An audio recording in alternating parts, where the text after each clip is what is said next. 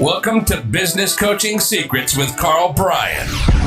If you want to attract new high-end coaching clients, fill live events, and build a wildly profitable coaching practice where business owners pay, stay, and refer, you've come to the right place. In this podcast, Karl provides his keys to the kingdom for finding and signing high-paying clients and building the coaching business of your dreams. Here we go.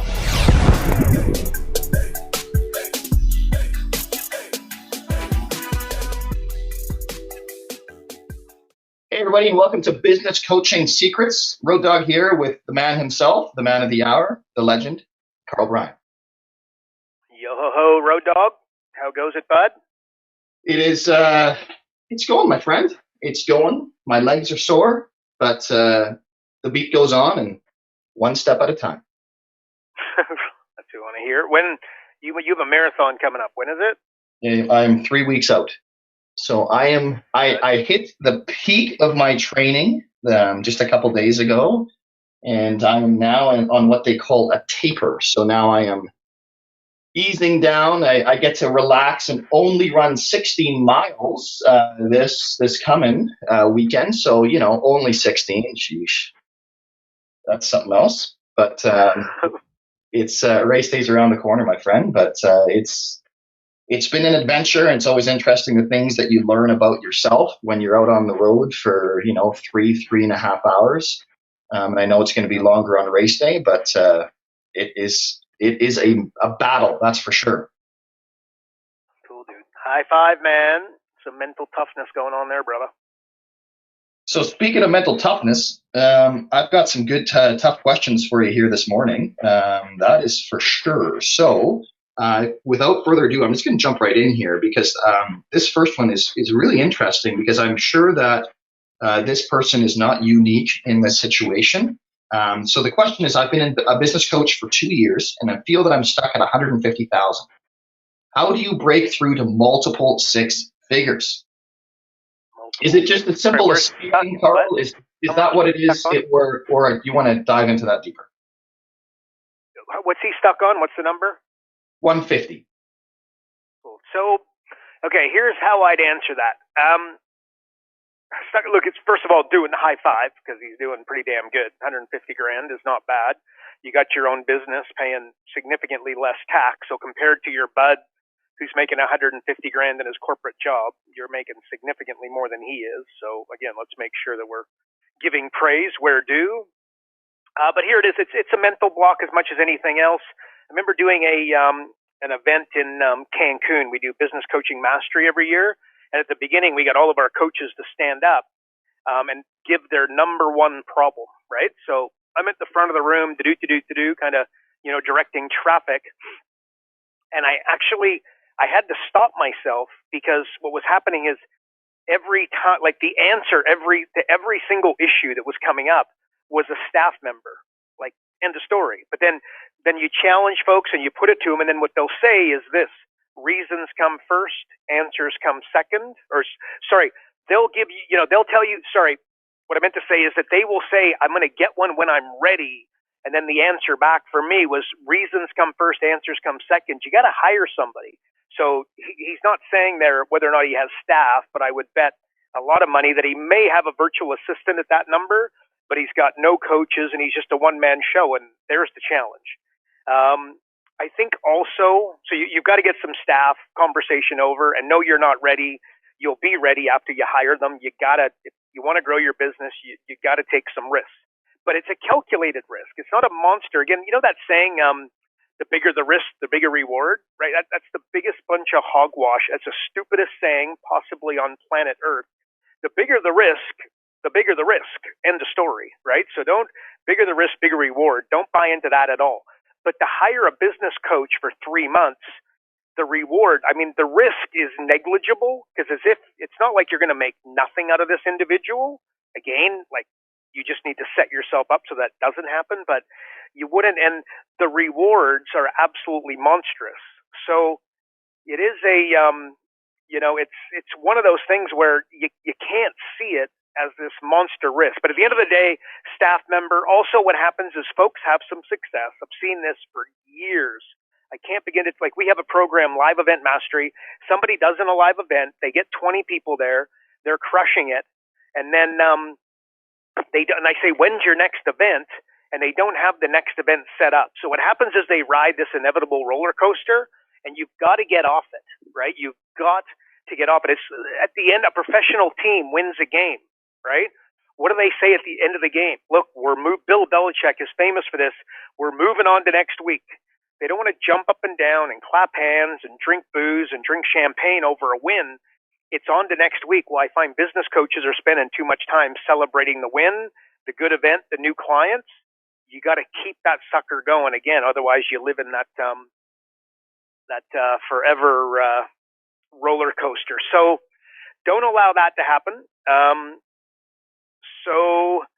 And here's what look, I'm going to answer this maybe a little bit differently than what was proposed, but I would just say this: why keep going? Like, the guy's making 150 grand. Clearly, he's not satisfied, and what he's thinking about is, do I continue with this, or should I look at some other options? Right? Which, as a business coach, you guys know, if I personally had $1 for every time somebody offered me a percentage of their company for just showing up, again, I couldn't count the number of times that's happened. Like, almost every single coaching client I ever had for a long time would put that one to me in some way, shape, or form. Right? So there are a lot of opportunities. Why do I believe that sticking with it and accepting that 150 grand is, something that should be celebrated as opposed to be discouraged by, but then also continue to build, and there will be some headaches as he builds. It's that business coaching is a career you can do for the rest of your life. And really, when I talk to coaches and I'm convincing them to become a business coach, inevitably I'll end up talking about something to the effect of, this is a retirement strategy, right? Like, Road Dog, you and I, like, why would we ever do anything else? It's not like I'm going to have like my 60th birthday and then all of a sudden I can't do it. Like, if I'm a realtor, if I can't get up and down the stairs, it's game over, right? So basically, it's a retirement strategy, and the person that I use as the example is Warren Buffett.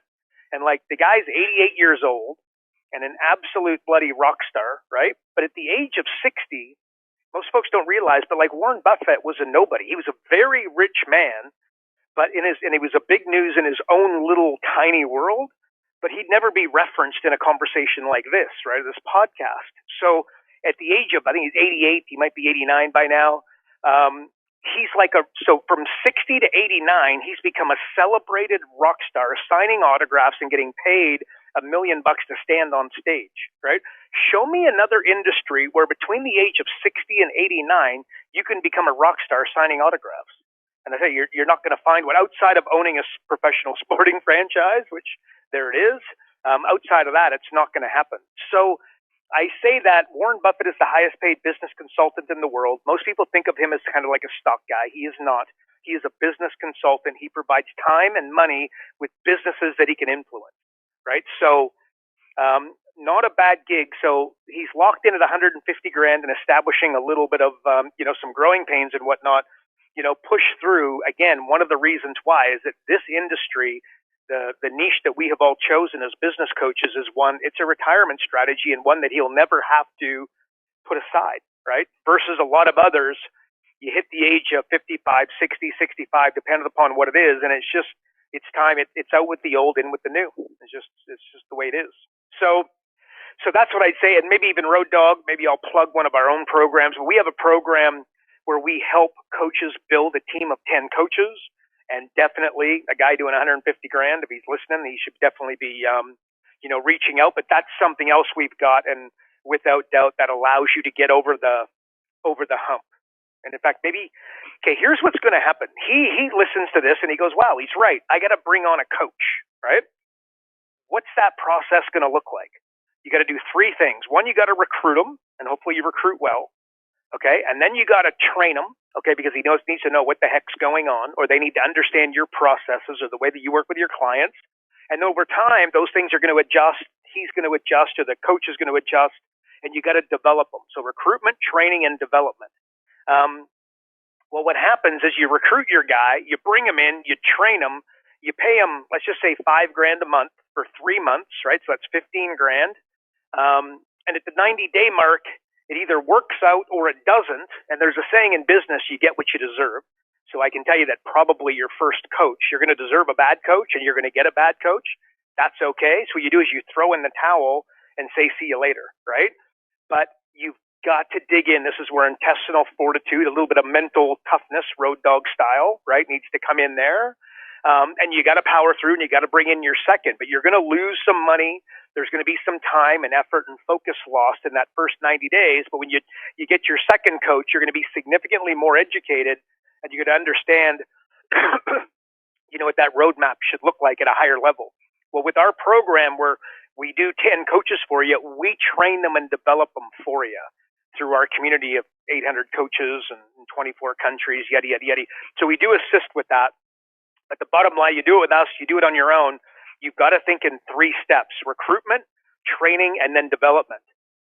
The third one gets completely forgotten. You've got to train. You've got to ongoing, and this is for your staff, or your clients as well, their staff. You've really got to develop these folks. You have to take, their lives and personal development and careers seriously in order for them to take your company seriously. Very super duper important. But at the end of the day, man, the guy stuck at 150 grand road dog. He needs a staff member with almost 98% certainty. I'd be amazed if that's not going to help him get, he wants to go from 150 to 300. A staff member lives in between. So there you go. Beauty. Now, we've got a bit of a theme here today, so I hope you're ready for it. Now, I'm going to flip the coin here on you, right? Flip the script a little bit.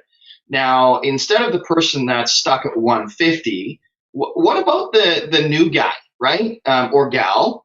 When you first get going with a client, what is the best 30-day strategy? Like, I know we get this a lot, and again, there's no one right way, but with your experience, like for that new person, it's like you're just getting going. Maybe you don't have your rhythm yet in terms of what you want to do with somebody.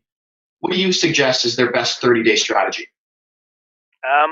Okay, answered obvious. Like, again, no doubt everybody listening understands this is somewhat, generic, like standard of a question. How do I get this damn thing going? So you would have heard this before, whether it was exact or not. But here's what I'd say. First of all, you got to get a quick win. You start working with a client. You've got to put a couple runs on the board because what they're working out is, do I trust this guy? Is it going to work? Is this a good investment? Is this a good use of my time? Is this a good use of my focus? Is this a good use of my resources? And they've heard horror stories. They might have experienced horror stories. So don't pretend like you don't need to battle that. Okay. The number one reason clients stop working with you after they sign up is overwhelm. That's it. So your job. So if you think about that, you've got to combat overwhelm. How do you do it? By take things. I've got a saying like, a real mentor, everybody can give you a to-do list and tell you what to do. A real mentor can tell you what not to do. And you guys, you listen to my podcast over X amount of time, you'll constantly hear me. You just constantly hear me going to the things you got to avoid, the things you got to stop doing, the things you have to don't do, the mistakes that you're making. I believe that to be absolutely critical, and you got to be thinking about that with your clients also. So number one, you need quick wins. The way you do that, of course, you need to be strategic because any business owner is not strategic is done. But what I do with a new coaching client, like if I'm working with a business owner, I go tactical first to get a run on the board with one eye on strategy to make sure that that tactic is leading us in a positive direction. But if you get too strategic, they don't have the quick wins. You might not get to the 90-day mark. You might not get to the win that develops the trust for them to go, wow, this is really good. And you don't get there. So think tactical in your first 30 to 90 days versus strategic with, very importantly, one eye on strategy. Strategy eats tactics for lunch, right? Here's maybe a way of breaking it down that might make it easier so you can just boom. So what does that one win look like? Where do you go? Okay, work out. Remember, and there's an element of psychology in any of this for any of this and for all of us. Ask them point blank, what do you want to accomplish? Get really, really clear on what it is that they want to pull off, okay? And now go to what they have, okay? Because maybe word this a little bit differently. Mistake that we make is sometimes we go and create things new versus why don't you go to something that's working and accelerate it as opposed to go to something that doesn't exist and create it? Like, what's going to take longer? It's a 1-0 bloody one, but I can tell you that's, again, a huge mistake that coaches make early on with their clients. So when I'm looking at, like, so you got to work out what it is that they want, and then you got to go to the resources that they have in and around that initiative, okay? That could be sales. That could be their sales team. That could be past clients. Like, if I'm working with a dentist, I will always open up their book of past clients and just go to them and say, you guys got to get in here for a cleaning. Like, it's a 1-0 frigging 1, right? That they're not doing, well, with 90% predictability, they're not doing it properly. If they are doing it, they're not using like CRM or something automated or professional where they're tracking it. And they don't have like a level 2 or 3 for the folks that don't respond to the first point of contact. So that's a place that I would go, but that would be an example of an asset that a dental clinic has, but your client might not have that, right? So we're looking at stuff that they have got going, maybe past promotions, maybe a trade show that they attended, maybe a product that they've got that we can accelerate, maybe a product they've got that we can increase the price on by value adding. So basically I'm going there and then, basically I'm accelerating that. So I ask them, what do you want to accomplish? I shut up, I listen, I hear what they say. Now I go to their assets, and again, you'll need to go away. This isn't something that this won't necessarily pop out in that first meeting. Like all of this stuff, and I think that, unfortunately, I don't want to sound all facetious and whatnot, but coaches, I find a lot of the time they think that, they do the old coaches training, and we say the client already knows what they need to know. You just need to draw it out of them. Right? That's just stupidity on an epic proportion. I got a better saying, you motivate an idiot, they do stupid things quicker, right? Don't think that you're going to leave this business owner to his own devices or her own devices and magically they're going to kick butt and provide an unbelievable, strategic direction for you. Like that's not going to be the case, okay? So again, you might need to go away and do a little bit of homework, before you come back in a day or two, a week if necessary, and basically deliver your finding and say, here's what we're going to do. This is the way we're going to rock and roll. So that's what I would do the first 30 days, ask them what they want and then go get it done. Like a hack that I can just tell you without sitting down with your client with a solid 80%, probably closer to 90, 80% predictability. The number one form of lead generation that they used to do to get going. Okay, so like the number one form of lead generation to get their business cranking into where it's at, they're no longer doing, right? So guess what? And they don't realize it, believe me. There's a saying, it works so well, I no longer do it, right? And again, tattoo that one on your arm because it's so common. We'll pull those things out. That would be an example of what I was trying to say earlier. Like that's an example of the resources they've got. Like what have they got in place? Is there a product? Is there a promotion? Is there an ad? Is there something? Maybe they used to advertise on Craigslist and they used to get a bunch of business and now they no longer do it because something else is working, right? Now they went to radio because they're like, wow, advertising actually works. Ding, ding, ding, ding. And then they went to a higher level, radio ads and they don't run the Craigslist ads anymore. It's like, well, run this stuff simultaneously. So yeah, man, that's what I'd say. Just, get tactical in those first 30, 60, 90 days. Get runs on board. Understand that you're playing a game of trust so that they stick around. And again, if your clients are leaving in roughly 90 days, just the problem is overwhelmed with like ridiculous predictability. So combat that. Come up with strategies like, I always talk about road dog time to think, right? So I'll take, 45 minutes. I go into a quiet room, pen, paper, bring my mom's ashes with me, by the way, they sit beside me. And then I go through it and I just put a question at the top. Well, a good question for a coach listening that's lost some clients. How do I avoid overwhelm with my new coaching clients? That'd be beautiful. And then the results that you will come up with. And for 45 minutes, that's all you think on, all you come up with. You're going to come up with some killer strategies that you'll be able to use in the future. So that's what I'd say, Road Dog. Well, it's interesting you say that too, Karl, because it's overwhelm. So I just want to sort of DJ this a little bit here for a second, because one of the biggest pieces, and I'm pretty sure you're going to agree with me on this because we do share a brain, is it's like coaches come in and it's like I got to hit home runs every single week that I'm meeting with my clients. And it's like you're coming at them with 50 different strategies because, well, just having time to think and just focusing on the one thing, like that's just too simple, right? It's just too easy. How could I possibly retain a client longer by doing the one simple thing rather than hitting home runs every single week? Yeah. Would you agree with that? 100%. Just making it, like, what are we doing? Like, the goal, like, if you, like Steve Jobs, what was his genius? He took complicated and made it simple. Like, he stripped things away. He didn't add them. He would add them. But again, understand that he added it when it needed to be added. He didn't add it for the sake of it, right? So, yeah, people overcomplicate things. That's, our mind is like, if we walk into NASA, could you imagine the computer that runs NASA? Like, your mind is like 400 times more powerful than that computer. So it's a nightmare in a way. It's amazing if channeled. Think of things like time to think, right? But it's a nightmare if not. And this is why people say that they're going to do a live event and then don't do it. This is why people say they're going to pick up the phone and create some coaching clients and then don't do it. And this is why there's a networking function or a trade show or an event of some description at the Chamber of Commerce they should be going at and they should be pitching at. And they either go and it's a lead balloon because they don't pitch properly and not backing themselves and they're in their own head, right? Or they don't, again, pick up the phone and build some relationships and find the accountant and find the magazine and find the newspaper and partner with them. So yeah, man, people make things significantly more complicated than necessary. Okay, so beauty. So I've got two back to back, same person asking the question here. This ties in absolutely perfectly into what we're talking about. So first question, number one determinant. Wow, by the way, I'm ESL, hey? English is my second language. What would you say is the number one determinant of success for a business coach? The number one determinant of success.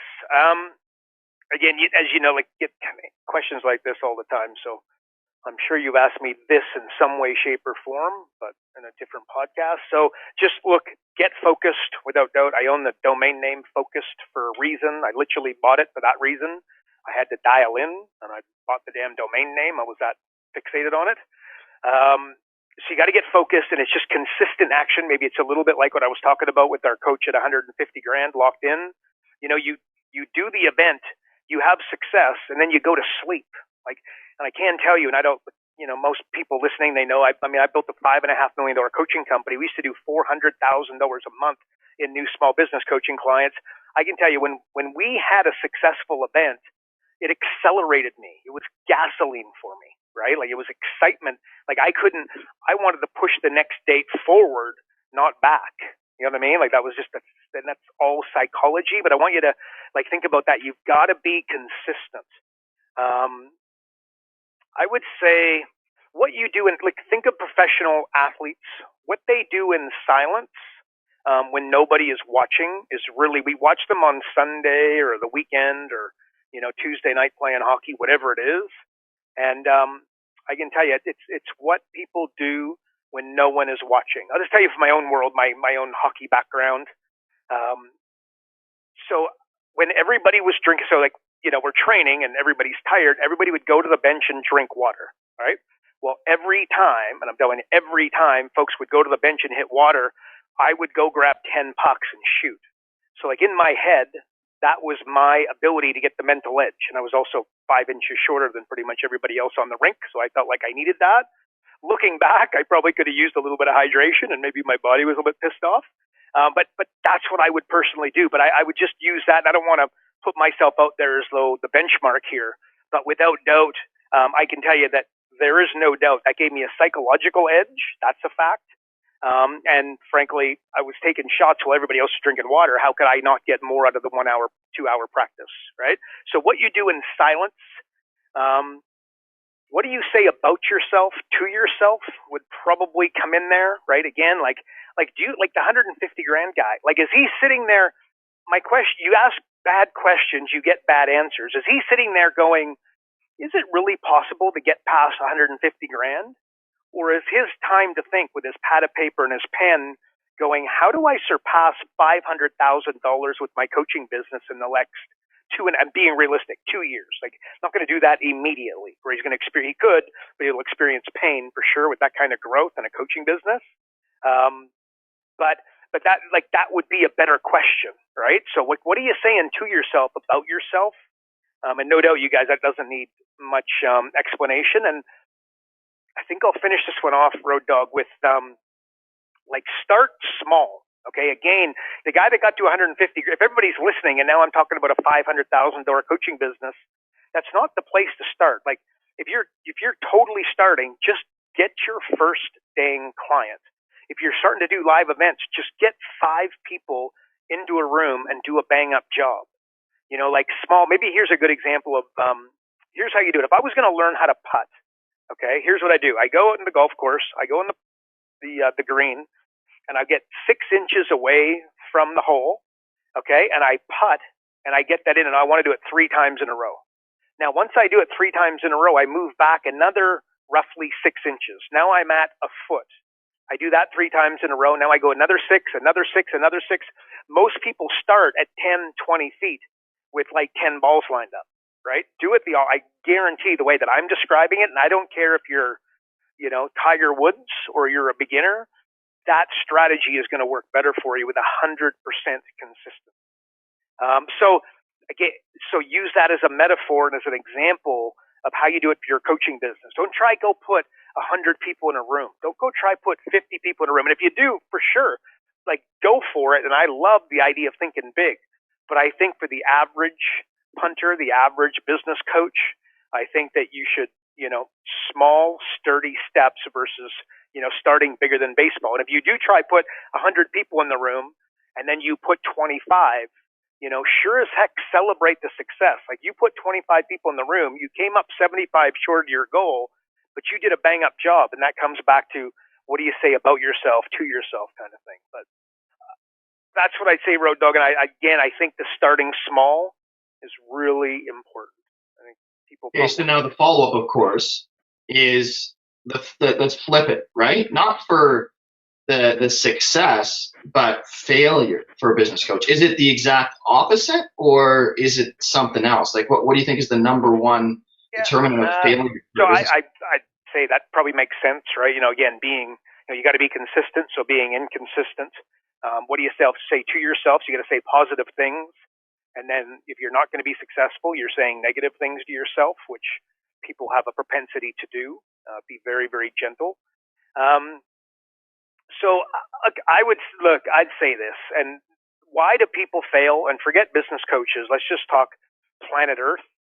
The names of the books. I think this is maybe something I'll start talking about a little bit more in the future. But I am passionate about this. In fact, when we did Business Coaching Mastery 5, BCM 5 in Cancun, Mexico, which, by the way, everybody should come to next year. But when we did it, I opened up with basically this. And I'm like, why do people have such challenge? Why are your business owners on a path to failure before you show up? And why are business coaches battled to, again, crack 250 grand, move to $500,000 and potentially build a unicorn coaching business, which is $1 million?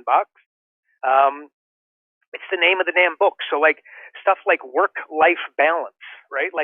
Work-life balance. Nobody listening has got work-life balance. Road Dog, you don't have it. I don't have it. And nobody's getting it. So forget it. It's just a stupid thing. I don't know that I don't want to be unfair here, because there's workaholic. I definitely work a little bit too much, right? A little bit too driven for my own good, but it just is what it is, and I deal with it. So I could use a little bit more balance, but I'm never going to achieve work-life balance, because quite frankly, when I'm not driven, I'm not accomplishing, I'm not doing good things, I don't feel good. I feel the best after I've done something really cool, right? Go with your gut. There's another one. Go with your gut. If you guys read my emails, you would have heard this at some stage. GUT stands for gave up thinking. Screw your gut. Your gut, but actually I need a star here. And I remember I sent this out and I get a lot of responses. And one thing that I have to totally claw back, and a boo-boo on my part, is mother's intuition should always be believed, okay? Because they 100% have a superpower. So all the moms listening, I'm not talking about mother's intuition here. What I'm talking about is when your buddy comes and asks you to borrow $1,000, and then somehow it becomes a good idea, right? This is really going to work out well. Well, I can tell you the ending. You lose the money, you lose the friend, the end, right? The gut is what leads you to do that. So that way, and notwithstanding, business decisions all over. And I'm not saying you should never, if you have a friend who is down and out, that is cool. But understand, you are donating. Provide them amount of money that you are happy to donate and continue with the friendship. So if they're asking for $1,000 and you can afford 500, give them 500 and maybe even say, don't pay it back. You'll save the friendship. But so that's my, the secret. Another, it's the movie, it's this, that. There is no secret. You watch the darn movie and they don't mention action, right? Like it's just the law of attraction, that sort of stuff. Look, please give me a break. Yeah, of course you need to, I just said it earlier, you need to put out positive thoughts to have positive things come back to you. Like, hello, like let's just go into common sense corner as if that's anything different. But to think that you're going to sit on your bed and hope really badly that, magically a big bag of money is going to fall from the sky and land on your head, like it's not happening. Like going to the shopping mall and then really, really hoping that a parking spot opens up, right? Believe me, I've done it. And by the way, I've actually done that, as scary as that may be. And actually, you know what? There was a parking spot. And I was like, but it's just bloody coincidence, right? Like it's hard. And so, but do that, but back it up with the action on frigging steroids, right? But unfortunately, take action on steroids would not sell very well in a movie, a book, a program, etc. Right? It's got to. So, what am I getting at here? The names of the books are seductive and delusional, but unfortunately, they have to be in order to get our attention, sadly, and actually accomplish the goal of the book, and that's to get it out there, right? But that's just kind of the world that we've gone into. Do what you love and make millions, right? Again, the best way to hate something you love is to go turn a business into it or start doing it as a job. I know professional hockey players that make millions of dollars, unbelievable, and they friggin' hate. They're so sick of the grind, right? They're so sick of putting on wet gear. They're so sick of the training. They're so sick of the drills. They're so sick of the what we call bag skate, which is when you lose a game that you shouldn't have or you play poorly, you get bag skate, right? You get bag skated. But anyway, so what you need to do is not do what you love, but you got to love what you do.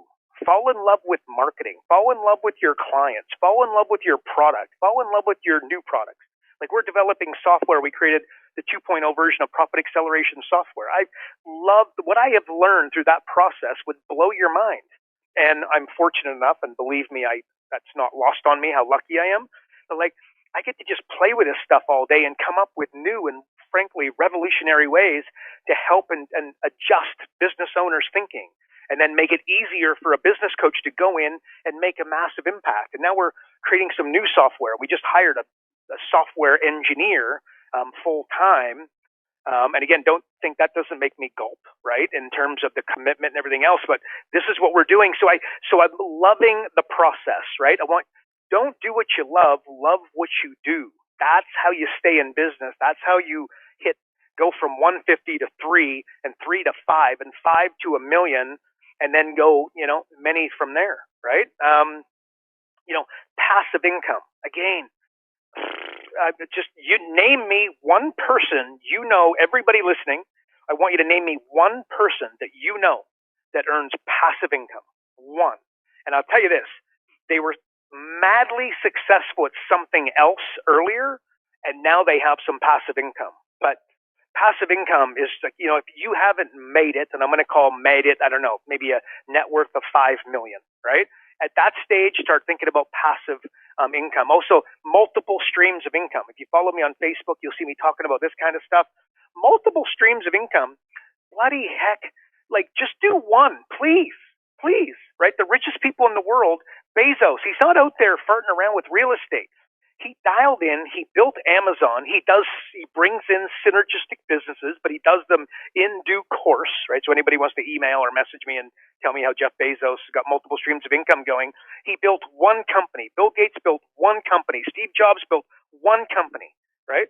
Build one stream of income and kill it. And every day, like consistently and ruthlessly build that one stream of income. And folks listening, this is your coaching business. Right? Like instead of going to invest in the stock market, invest in real estate, hire the coach that I'm talking about earlier, and you're going to take a $15,000 commitment. But by the way, it's like a roulette table, but you get to pick up the ball and put it on the the number, right? So you're controlling it. I had somebody email me recently, and that's how they described our software. It's like playing roulette, but I get to reach in, grab the ball, and put it on the number that I want. I was like, oh my God, that's cool, right? Well, that's what it's like. So you hire the guy for 15 grand.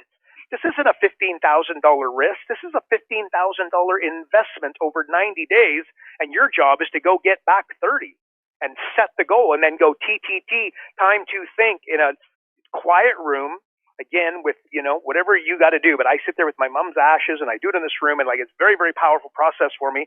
And I'll just ask the question right at the top of the page, and then zip it down the rest. But that's how you do it. So multiple streams of income, stuff like that, passive income, high ticket sales. Here's a beauty.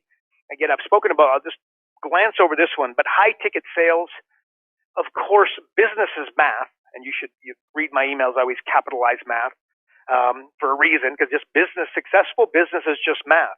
Of course, you should have a high ticket versus a low ticket, but 10 times more important than the ticket, and now just think of real estate, significantly more, like way more important than the ticket, is repeat business. That's how you make it. Okay, if you, like, again, my neighbor, 27-year-old's got a $350,000 Lamborghini. They live in a $3 million house, right, with mom and dad, to be clear. But the 27-year-old's got a $350,000 Lamborghini. They own a cleaning business. Most people think of a cleaning business and go, oh my God, like cleaning toilets, what a nightmare. No, it's an amazing business. It's a franchisable business. It's a scalable business. It's friggin', it's a great, but to be clear, I've said this before and I'll say it again because it's important. The challenge so I don't want everybody to go start a cleaning business tomorrow and then come back and say, hey, it didn't work out. Here's the challenge that you'll have with a cleaning business is scaling will be your challenge, okay, which staffing, okay? So staff are going to let you down big time, and on franchisable businesses, this is often a battle, okay? So they have got grandma, grandpa, mom, dad, son, daughter, and a couple other relatives, to be clear, right? So you could imagine that they don't have the staffing issues that some other folks have. But I think that's really good data for who's involved in your clients' business and who can they get involved, right? But where I got off there, high ticket sales is like everybody's screaming it from the mountaintops out there. And yeah, look, and again, it's sexy, and I don't know that I'll call it delusional because I think there's some absolute merit there, but you got to understand it from the proper place. Because if I just went high ticket sales, I just go sell real estate like everybody wants to do. And it's not necessarily the roadmap. And 4-hour work week is another one. I can't say this without mentioning that one. And by the way, if you actually read it, I love Tim Ferriss. The guy is a legend. Okay, 4-hour work week. The problem is people see the cover of the book, Road Dog, right? And then they don't read the damn book, right? You got to read the book. The book is not about working for 4 hours, sitting on your fat butt and not doing anything. Tim Ferriss cringes at that thought, right? It's about, like, read the book. It's absolutely unbelievable. It's about outsourcing. It's about getting 40 hours of work done in 4 hours. But make no mistake about it, nobody listening to this, Road Dog, not you, not me, not anybody listening, including Steve Jobs and Bill Gates and everybody else, nobody's getting anything accomplished in 4 hours. Mic drop. Conversation over. Okay, so don't make okay, what the hell am I saying? Your subconscious mind reads it and goes, 4-hour work week, awesome. And then you don't read the book. And then on a subconscious level, it's like the goal is to work 4 hours, right? Like, okay, so you're moving yourself towards something that I think is ridiculous. And who the hell wants, if you ever met anybody who retired before the age of 65, 70, they're going to tell you that retirement is the worst thing that ever. Like, they hate it. They get so bored. They immediately go and do something else. Fingers crossed for them. Unfortunately, what they sometimes then get sucked in and then lose all the money they retired on. But that's a conversation for another day. But 4-hour work week, that's not the goal, right? Your goal is to love what you do. If I love what I do, why would I want to work for 4 hours, right? So, and again, okay, I'm speaking to you guys, but I want to speak to your business owners, right? My big brother committed suicide when I was 16 years old over business failing. I know these business owners, all this stuff that I'm describing, they're getting sucked in. We're the business coaches and we're educating ourselves, and you guys are listening to this to hear it. And I'd imagine you're shaking your head going, wow, it'd be hard not to agree with what I'm saying, I think, right? That's up to you guys, but they're not. So now the 4-hour work week's got them, and do what you love has got them, and follow your gut has got them. The secret has got them. They're sitting there on their bed hoping for a big bag of money to fall, down the trap. And then language of business. And again, Road Dog, as you know, I've been on a bit of a journey here, learning finances and accounting at a high level. Love it. And that's just people, like if you give me a room of 100 people and I say, what's the language of business, sales, marketing, 80 hands will go up all day long, if not more. The language of business is accounting. Make no mistake about it. The problem is that the vast majority of the folks listening, and most definitely the vast majority of the businesses that we're coaching, don't have a clue. They can't read the scoreboard, right? So just imagine you went to a football game, you're looking up the scoreboard. If you didn't know what a touchdown was, you didn't know what a down was, you didn't know like it's 2nd and 10, if that language 2nd and 10 made no sense to you, how could you possibly follow football? The game wouldn't make any sense to you.